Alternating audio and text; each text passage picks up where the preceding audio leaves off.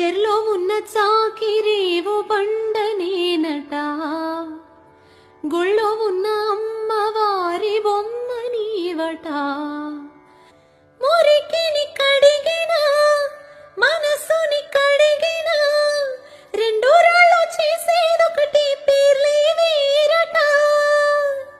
అవునో కాదో తెలియదు కానీ నువ్వు చెబుతుంటే అవునంట.